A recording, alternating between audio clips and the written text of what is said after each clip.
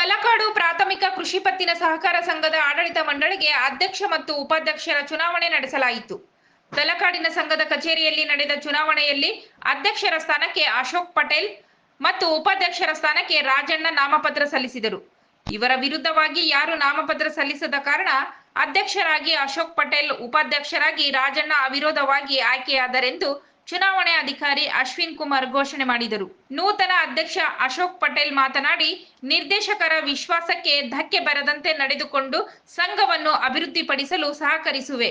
ನಿರ್ದೇಶಕರಿಂದ ಬಂದಿರುವ ಅಹವಾಲಿನಂತೆ ಸಂಘಕ್ಕೆ ಕಚೇರಿ ಸಮಸ್ಯೆ ಇದ್ದು, ನೂತನ ಕಚೇರಿಗೆ ಬೇಕಾದಂತಹ ವ್ಯವಸ್ಥೆಯನ್ನು ಸಚಿವ ಮಹಾದೇವಪ್ಪನವರು ಹಾಗೂ ಸಂಸದರಾದ ಸುನಿಲ್ ಬೋಸ್ ರವರ ಅನುದಾನದಿಂದ ಅಭಿವೃದ್ಧಿಪಡಿಸುವ ವಿಶ್ವಾಸವನ್ನು ವ್ಯಕ್ತಪಡಿಸಿ, ಆಯ್ಕೆಯಾದ ನಾವು ಒಟ್ಟಾಗಿ ಒಮ್ಮತದಿಂದ ರೈತರಿಗಾಗಿ, ರೈತರ ಏಳಿಗೆಗಾಗಿ ಶ್ರಮಿಸೋಣ ಎಂದರು.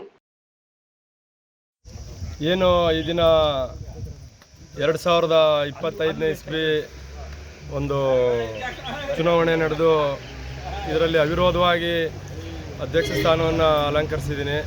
ಹಾಗಾಗಿ ಎಲ್ಲ ನಮ್ಮ ಡೈರೆಕ್ಟರ್ಗಳು ಮತ್ತು ಗ್ರಾಮದ ಒಂದು ಇಚ್ಛೆ ಅಂತೆ ಒಂದು ನ್ಯೂ ಬಿಲ್ಡಿಂಗ್ ಆಗಬೇಕು ಮತ್ತು ಎಲ್ಲ ಕೃಷಿ ಉಪಕರಣಗಳು ಮತ್ತು ಫರ್ಟಿಲೈಸರು ಇವೆಲ್ಲ ಸಿಗಬೇಕು ಅಂತ ನಮ್ಮ ಡೈರೆಕ್ಟರ್ಗಳೆಲ್ಲ ಹೇಳ್ತಾವ್ರೆ. ಆ ನಿಟ್ಟಿನಲ್ಲಿ ನಾನು ಒಂದು ನಮ್ಮ ಸಂಸದರು ಮತ್ತು ಸಚಿವರ ಹತ್ರ ಮಾತಾಡಿ ಸೊಸೈಟಿಗೆ ಏನೇನು ಹೆಲ್ಪ್ ಬರುತ್ತೆ, ಏನೇನು ಆಗಬೇಕು ಅದನ್ನು ಮಾಡಿಸ್ಕೊಡೋದಕ್ಕೆ ನಾನು ಶ್ರಮ ಪಡ್ತೀನಿ ಅಂತ ಈ ಒಂದು ಅವಧಿಯಲ್ಲಿ ಹೇಳ್ತಾ ಇದ್ದೀನಿ. ನಮ್ಮ ಅಶೋಕನಿಗೆ ಅಭಿನಂದನೆಗಳು. ಮೊದಲನೇಗೆ ಉಪಾಧ್ಯಕ್ಷರು ಅಭಿನಂದನೆಗಳು ಮತ್ತು ಸದಸ್ಯರಿಗೂ ನನ್ನ ವೈಯಕ್ತಿಕವಾಗಿ ಅಭಿನಂದನೆಗಳು. ಮತ್ತು ಈ ಸಲ ಏನು ಬಯಸೋದಂದರೆ ನಮ್ಮ ತಲಕಾಡು ಮತ್ತು ಒಡೆನಳ್ಳಿ ಗ್ರಾಮಕ್ಕೆ ಅತಿ ಹೆಚ್ಚು ಜನಗಳಿಗೆ, ಖಾತೆದಾರರಿಗೆ ನೇರವಾಗಿ ನೀವು ಖಾತೆದಾರರಿಗೆ ಖಾತೆ ಮುಖಾಂತರ ಆಗಿರೋರಿಗೆ ಇಲ್ಲಿ ಸಾಲ ಕೊಡುವಂಥ ವ್ಯವಸ್ಥೆ ಮಾಡಿಕೊಡ್ಬೇಕು. ಜೊತೆಗೆ ನಮ್ಮ ಜನಾಂಗಕ್ಕೆ ಒಂದು ಅವಕಾಶ ಕೊಟ್ಟಿದ್ದಾರೆ. ನಿಮಗೆಲ್ಲರೂ ಅಭಿನಂದನೆ ಸಲುವಾಗಿ ನಾನು 2 ಮಾತು ಮುಗಿಸ್ತೀನಿ.